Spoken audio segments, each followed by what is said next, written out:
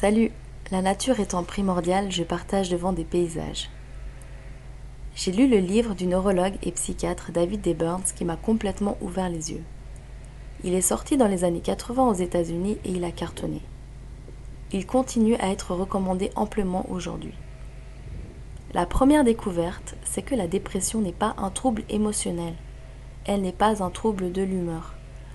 La dépression est due à notre manière d'interpréter les événements. Si on interprète les situations d'une manière déformée, on peut tomber en dépression.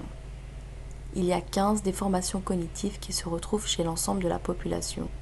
Je vais en parler dans la vidéo qui suit car c'est important de les connaître et reconnaître lorsque l'on succombe à l'une ou plusieurs d'entre elles afin de pouvoir retrouver une vision claire des événements et se sortir d'un épisode dépressif.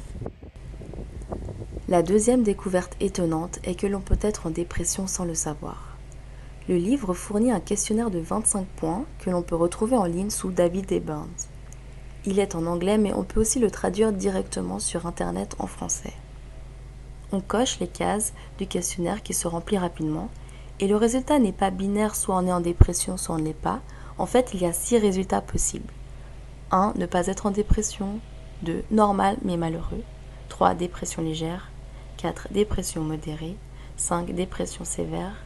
6. Dépression extrême. Si tu es curieux comme moi, fais le test et découvre ton résultat. La troisième découverte, c'est que l'on peut se sortir de dépression grâce à un livre. Ça a été prouvé scientifiquement. Ce livre propose de nombreux outils simples à utiliser tels que questionnaires, tableaux à remplir, expériences à faire soi-même, etc. Il est basé sur la thérapie cognitive. Et en faisant ces exercices, on va mieux. Par contre, pour les personnes qui sont en dépression depuis longtemps et ou pour celles qui ont des idées suicidaires, il est nécessaire de consulter un bon thérapeute. En chercher et en trouver un compétent qui nous convient et avec qui on se sent à l'aise et en confiance. La quatrième découverte, une dépression réaliste n'existe pas.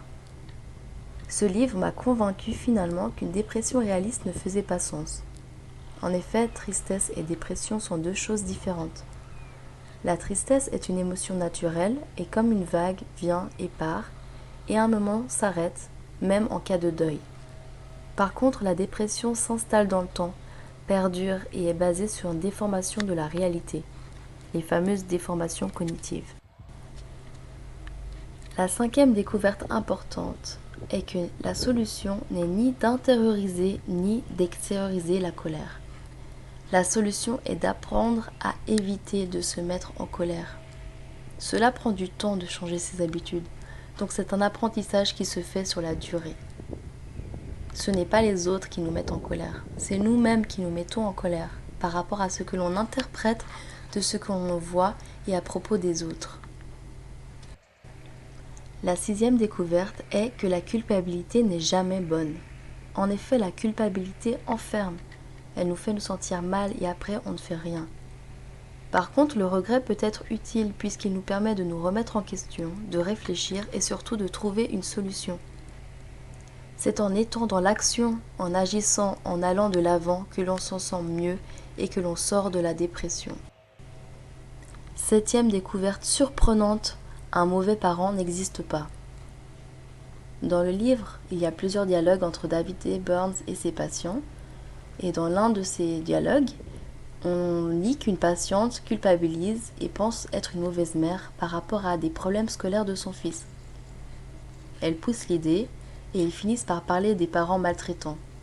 Et les réponses du docteur font vraiment sens lorsqu'on les lit. Je comprends que sans lire la conversation, on puisse avoir des gros doutes.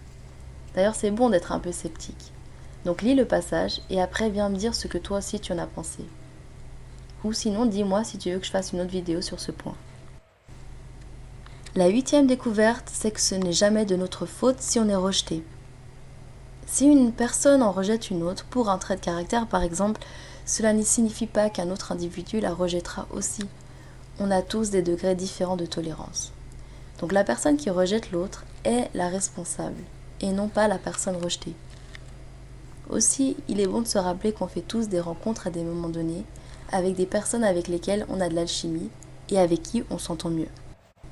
La neuvième découverte est que ni l'approbation ni la désapprobation des autres n'influencent notre humeur. Ce qui a une influence sur notre humeur dépend de nos croyances. Par exemple, si quelqu'un me traite de stupide et me colle cette étiquette, si je doute de mon intelligence, cela va me faire mal. Mais si je pense être intelligente, ou même mieux, si je ne m'identifie pas avec mon intelligence, ça ne va rien me faire. Et c'est la même chose pour les compliments. Aussi, c'est primordial d'arrêter de placer des gens sur un piédestal.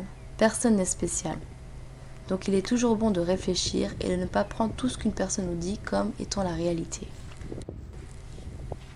La 10e découverte, on peut être heureux sans amis et sans être aimé. Ce point est super contre-intuitif. Il m'a fallu beaucoup de temps pour le comprendre. En fait, contrairement à un bébé qui a besoin d'amour pour se développer, nous les adultes devons faire la distinction entre nos besoins et nos envies. On a besoin d'air, d'eau, de nourriture saine, d'espace, de faire des exercices physiques. Il est naturel d'avoir envie d'être en relation avec d'autres humains, mais ce n'est pas un besoin. Si l'on croit qu'être aimé est un besoin, on se trouve dans la dépendance affective.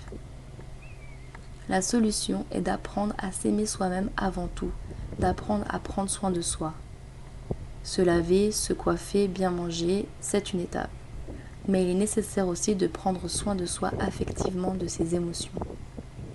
Essaye de te regarder dans un miroir, enfin de regarder dans tes propres yeux, de découvrir ton regard et de voir l'effet que ça te fait. Aussi, tu peux te parler comme un ami. Être son propre ami est la base avant d'être ami avec un autre être humain. Tu peux aussi te prendre dans tes bras, te masser. Teste et découvre comment c'est efficace et le bien-être que ça t'apporte. Une des clés pour être bien dans sa peau est d'apprendre et donc savoir se réconforter soi-même. Aussi, prendre soin de soi, c'est se mijoter des bons petits plats sains, faire des activités qui nous intéressent, artistiques et ou sportives. Comme aller faire une promenade en nature en étant sa propre bonne compagnie, aller voir une exposition par soi-même, suivre des cours de poterie, pratiquer un sport. La plupart des gens sont surpris de voir à quel point ils passent de bons moments par et avec eux-mêmes. Fais le test. Aussi, en voyant que l'on fait des choses soi-même, on développe notre confiance en soi. Et on se sent mieux avec les autres, tout en étant plus attractif. La 11e découverte, c'est que notre valeur personnelle est distincte de nos accomplissements. La base de la base, c'est que tous les êtres humains, nous avons la même valeur, peu importe ce que l'on accomplit ou pas. Il est bon pour notre estime personnelle de se rappeler cette réalité. David D. Burns précise que la créativité a une place importante pour notre épanouissement. On a tous besoin de créativité. C'est non seulement être dans l'action, mais cela permet aussi de s'exprimer. C'est un besoin humain à combler soi-même en se prenant par la main. La 12e et dernière découverte, osons être moyens. Le perfectionnisme pousse souvent à la procrastination. La perfection n'existe pas. Donc si on commence par agir, même si ce que l'on fait est moyen, eh bien on est beaucoup plus efficace. Et c'est en forgeant que l'on devient forgeron. Donc en faisant et en apprenant de nos erreurs, on fait mieux et on améliore ce que nous produisons. Aussi, le perfectionnisme enlève la joie. Le processus de faire, de créer est plus important que le résultat. Produire, créer et éprouver de la joie à le faire est la voie à suivre. Je m'en vais faire la vidéo sur les déformations cognitives qui nous amènent dans la dépression.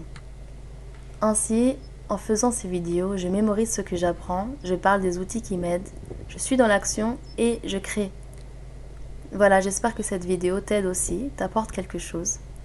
Mais maintenant, il est nécessaire de mettre en pratique ces outils et d'agir pour ton propre bien-être.